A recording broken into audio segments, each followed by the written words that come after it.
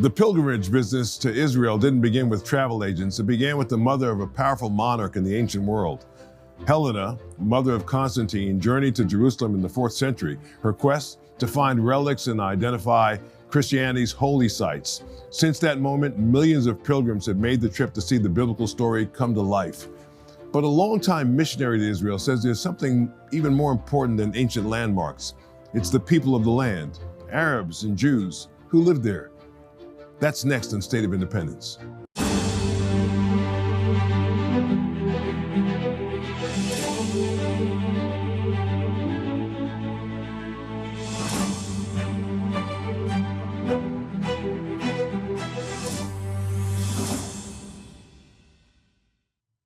For generations of Christians visiting the Holy Land, Chuck and Liz Kopp were among the first faces they encountered.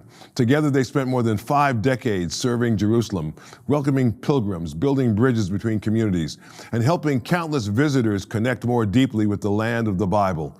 Chuck went home to be with the Lord in 2021, leaving behind an extraordinary legacy of ministry and friendship. Today, we're honored to be joined by Liz Kopp, who continues to serve in Jerusalem and whose life story is deeply intertwined with the modern history of the Christian pilgrimage to Israel. But before you meet Liz, watch this.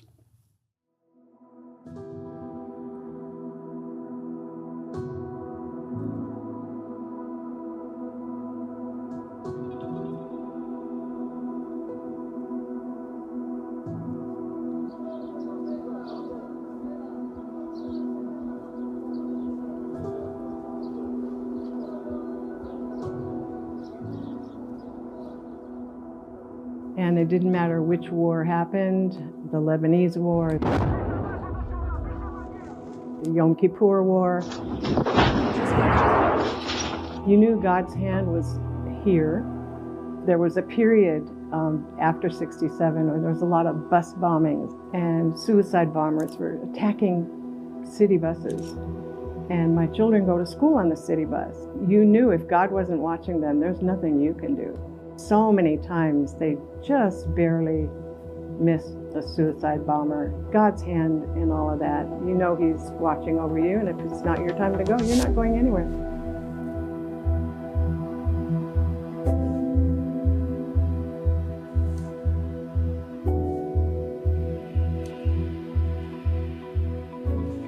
I'm Liz Kopp.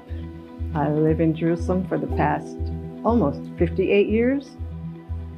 And here I am, living in Jerusalem for all this wonderful time. For me, it's living life on the edge. My motto has been, if you're not living life on the edge, you're taking up too much room. As you can watch the news and see what's going on here, we are living on the edge every day. And I love it.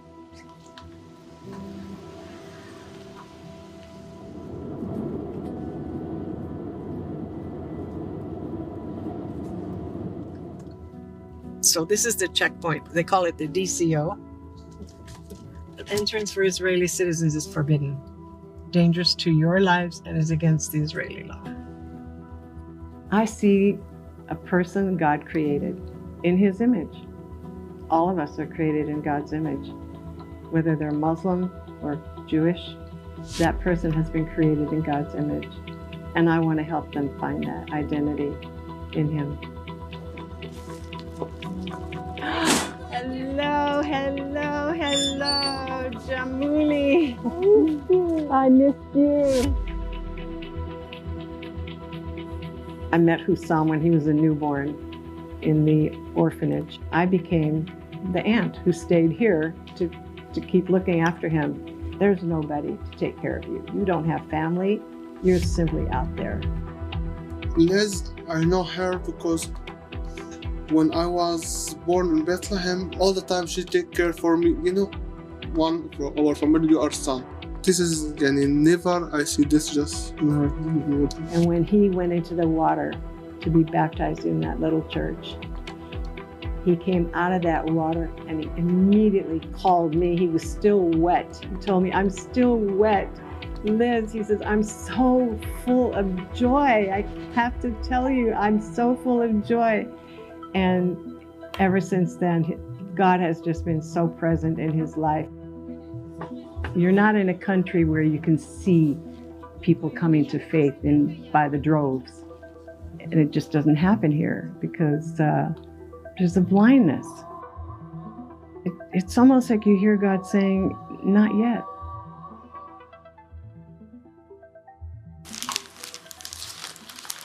The fire of our church in 1982, the first time. Our bookstore being vandalized multiple times. Is all of that obedience, is that worth it? I didn't think so in the beginning. It was hard. I really didn't know what my role was. I didn't know why God had me here because I didn't see a whole lot happening. But when I finally caught on to what His purpose and plan was for me, to get to know Him and follow Him, that's where the excitement comes from. Waking up in the morning to see, okay, what's going to happen today?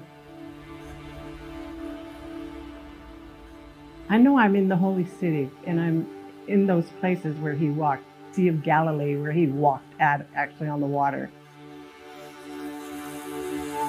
It's more about the people and the people that He reached, wherever He was, doing whatever He was doing. And that's what's important to me. The places itself don't mean all that much. I mean, I see the physical presence, but it's what was behind it. It's that Spirit that rose from the dead that sets us free and sets others free, and that's what you focus on. And that's where you have to live, with or without the results you see in other places. God is faithful. God has called you to a place. He wants to see His word fulfilled in you and in the ministry He has called you to do. We just have to be faithful and steadfast and let God do the work.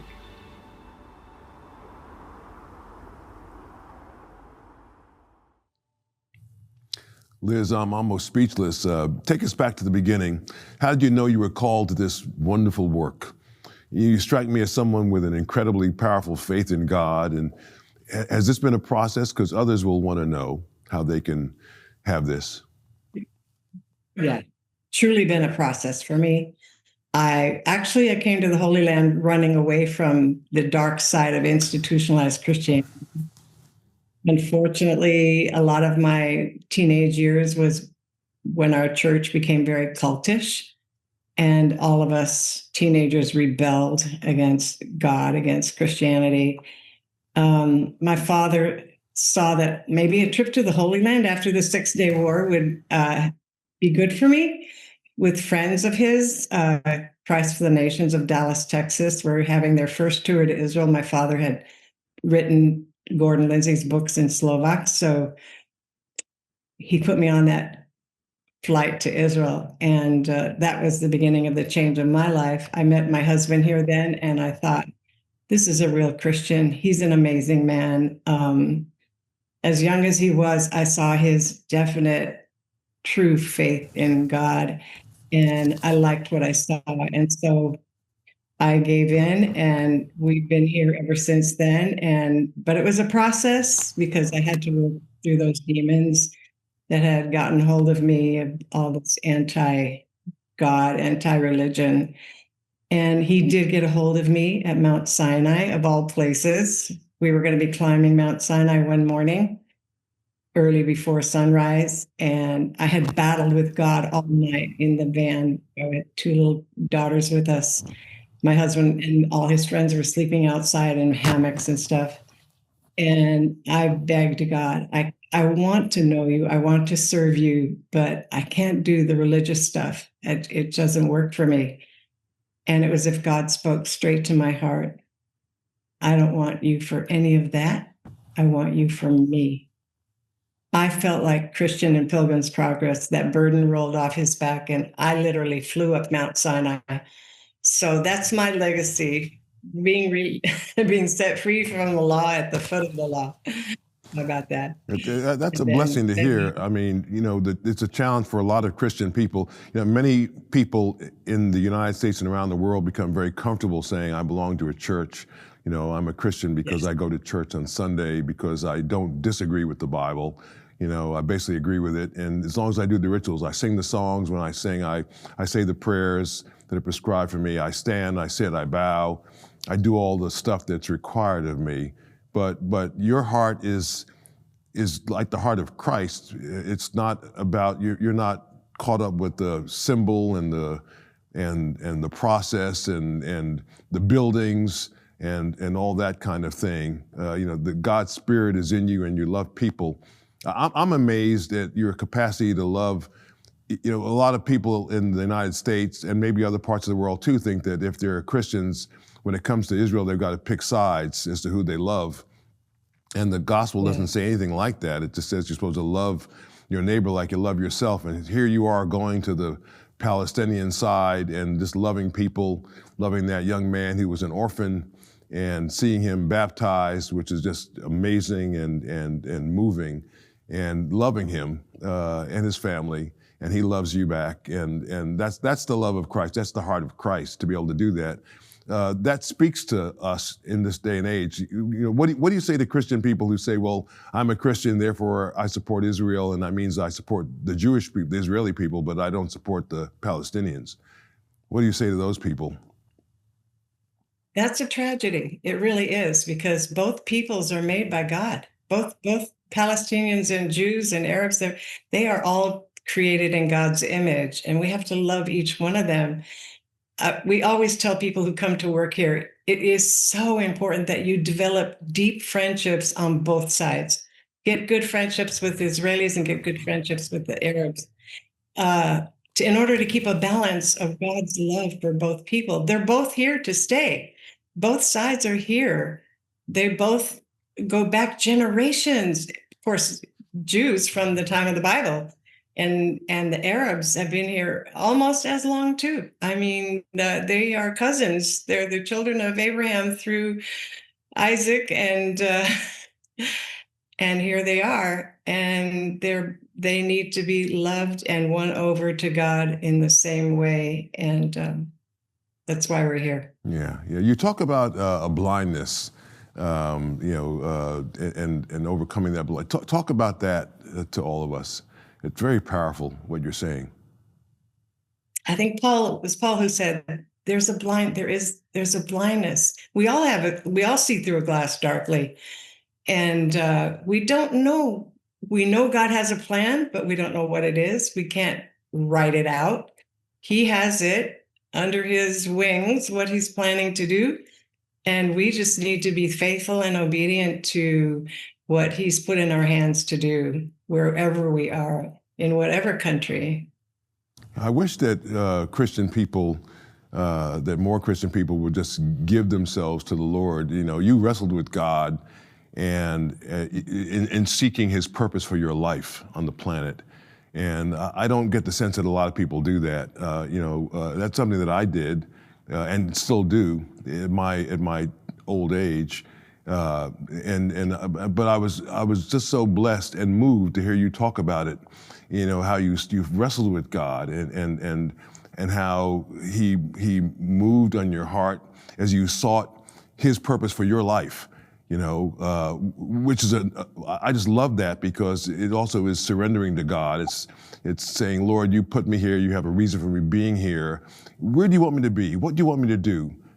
How do you want me to love other people? Where would you put me? Where would you have me do this work that you would have me do?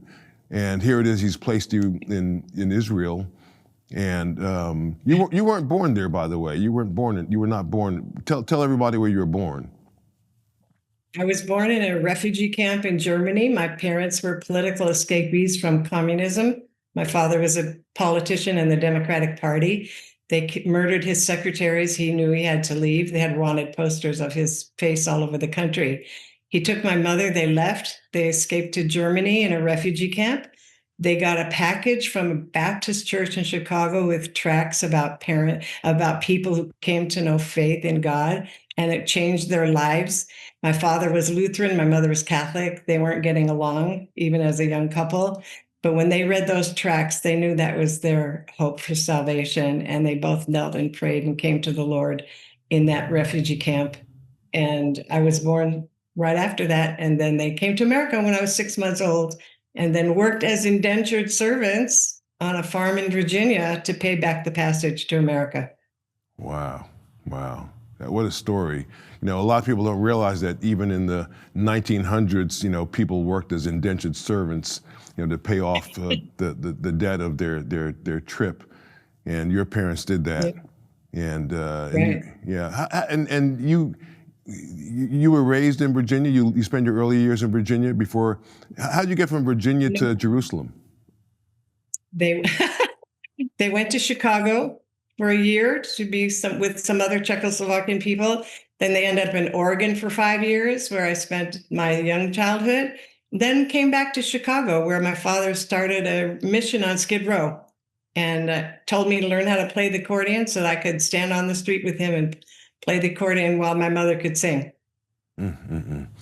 And from there, God found you. And then from there, at an 18-year-old, my father thought it would be good if I went to the Holy Land, and he got me a ticket with the Christian tour group. And I came here and met my husband, Chuck, who was an example of Jesus in my life. He loved me unconditionally. He let me work through those demons that I had to get rid of until I encountered God in a powerful way at Mount Sinai. Mm-hmm. And look at what God has done with your life. You've been there some decades now, right? I mean, what, 5 decades?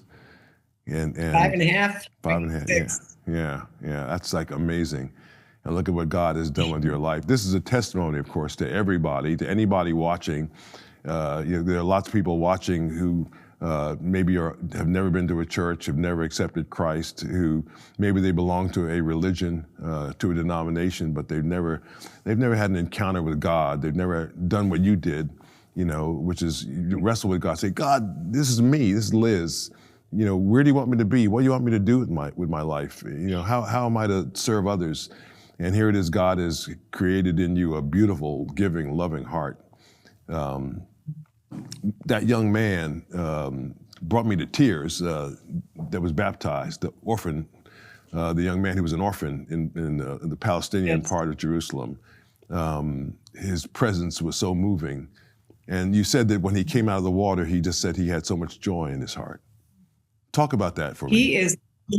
That young man is full of joy all the time. It doesn't matter how difficult situations are for him in the West Bank, which is now basically on lockdown. No one can come out of the West Bank into Israel unless they have special permission. So there are no jobs. People are looking for ways to make a living and somehow feed their children.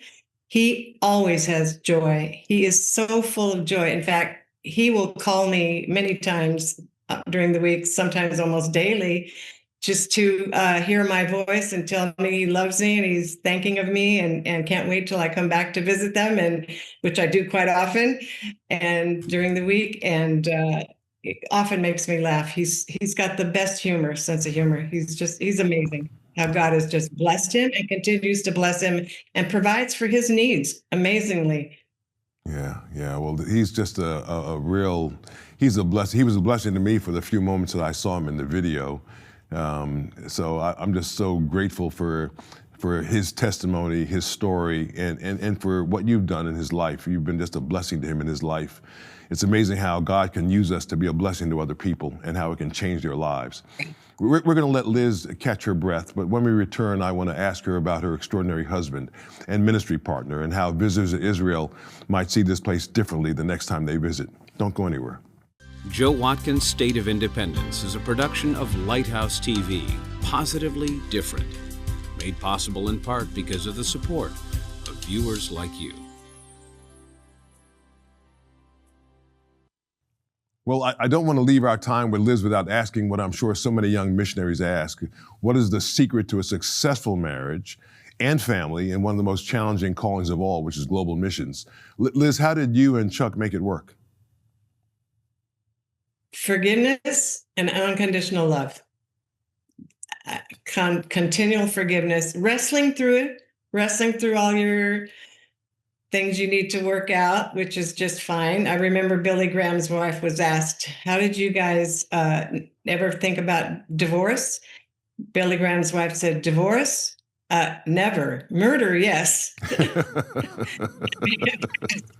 That may have crossed a few of our minds sometimes, but just knowing that God is there to always help and wrestling with God over any situation, whatever it is, whether it's the marriage or the ministry you're in, you have things you have to wrestle with. Wrestle with God, let him work it out. And all through our marriage, we did that. And God is the answer for everything. Yeah. He was where was Chuck from? You said that you met him, I guess, in Israel, on the mission field. He was born in Colombia, Barranquilla, Colombia. His parents were missionaries there. And right after he also graduated from high school, his parents and grandparents had taken over a book and Bible shop from a retired Canadian. And they wanted him to manage this book and Bible shop. He could go to university here instead of in America or somewhere else. And out of obedience, he came. That was it. And then he never left. Wow. He spent the rest of his life there ministering with you. And where'd you first spot him? Where'd you first see him? I came with the tour group, but I didn't have a U.S. passport. My mother became a citizen when I was 5. My father became a citizen when I was 16. So you have to wait until both parents are citizens to get your own citizenship. But I'm in high school. I don't have time to deal with paperwork. But then the tour came up and I wanted to go. So the travel agent said, here, you can just get a document that says re-entry visa to the United States. It's kind of like a laissez-passer. So that's what I came with. And I had, we went to about 5-6 different countries besides Israel on that tour. Every country gave me trouble. So when we got to Israel, the group is waiting in the bus and know me. And it took a number of 20, 30 minutes. My future husband walks in there. And in those days, you could finagle your way into passport control to see what's holding up this tour group. They said they didn't know what to do with me. So he paid a fine and signed a document that I would leave when the tour left, which I did. But then I came back later on an American passport, which I finally got. Yeah. That's great. That is great. Well, how many years did you have together? I know he left us in 2022, but how many years did you have together? The year he died, we would have celebrated our 53rd wedding anniversary. Wow, that's wonderful. That's wonderful. And what a blessing to have all that time together, more than half a century with the man you loved. What a blessing to have had that. And 7 children and 20 grandchildren. So say that, how many grandchildren? 20. Very good. You can remember. Can you remember all their names? I have all their names written down and their dates of their births, so I don't forget. Yeah. Are they all in Israel, or are some of them in the United States or other places? More than half of the grandchildren are here right now. Very nice. 2 of my children just moved back here to live here full time also. So I have 4 of my children here, 1 in Italy running the Gordon College Extension Program, yes, and 2 in America. Wow.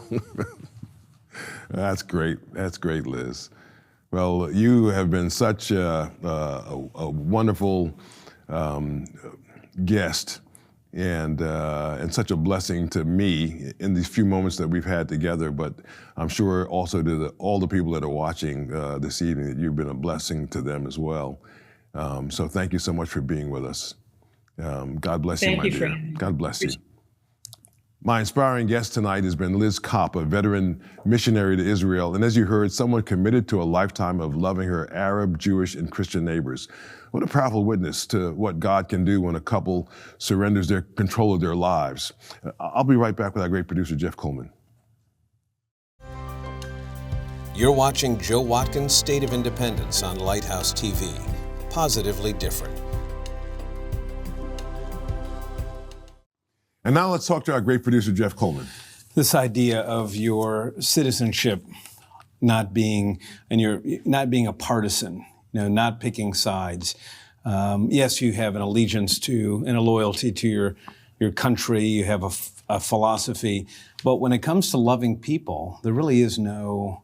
The mandate for a Christian, the mandate for a believer, is exactly the way that Liz describes it. So, cultivating relationships with Palestinians, cultivating relationships with Jewish families, really changes the whole perspective that you have. Sadly, because of the way that Israel's divided, there are no relationships across those walls. Very few people that have the limited work permits, as she describes, special permission. But that blue American passport is the gift for a generation to be able to move to over 170 countries without a visa, with some degree of freedom. And I think the question for us is, are we using that privilege and that incredible resource for something more than bucket list travel? Yeah, yeah. I like the way she wrestled with God. I mean, I thought that was so honest and real. And so her work is not like a job or a profession that she chose. Right. But she's asking God, why did you put me here? What am I to do? Isn't that different? Isn't that different than saying, when I grow up, I want to be fill in the blank, but to wake up every day saying, the people that I encounter, I know will be significant, and I'm not going to immediately re-leverage those relationships for whatever the goal I have in life is to achieve. And I think that's, for her, that was very freeing. And then to be able to look over that long list of grandchildren and children, and to be able to say that living this open with people, with your possessions, they are a beacon of hospitality in Jerusalem, and I know the entire tension in that region has had a huge impact on them emotionally, not being able to share a table constantly with Arabs and Jews. Yeah, yeah. No, I love her heart. Her heart is the heart of Christ, and I'm just blown away by it. But the story of what she did for that young orphan boy was. And by the way, that's one of dozens and dozens of stories that are in that family legacy, and it's multiplied over children and grandchildren too. I mean, just a really special family. Yeah, what wonderful, wonderful love. Wonderful, wonderful, wonderful. Well, the next time you visit Israel, try to see it as Liz Kopp sees it. Not as a museum of ancient stories, but as a beautiful, vibrant country of people who need the same hope you and I need, the hope of the gospel.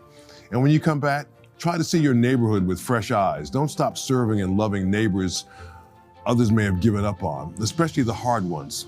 Keep on loving. Don't give up. If you love this conversation with Liz, let me know. You can reach me in the comment box at joewatkins.org. I'll see you and respond to each one of them. So for Jeff Coleman and the entire team behind the cameras here at Lighthouse TV, thanks so much for watching today. From Philadelphia, America's first capital, I'm Joe Watkins. God willing, I'll see you next week.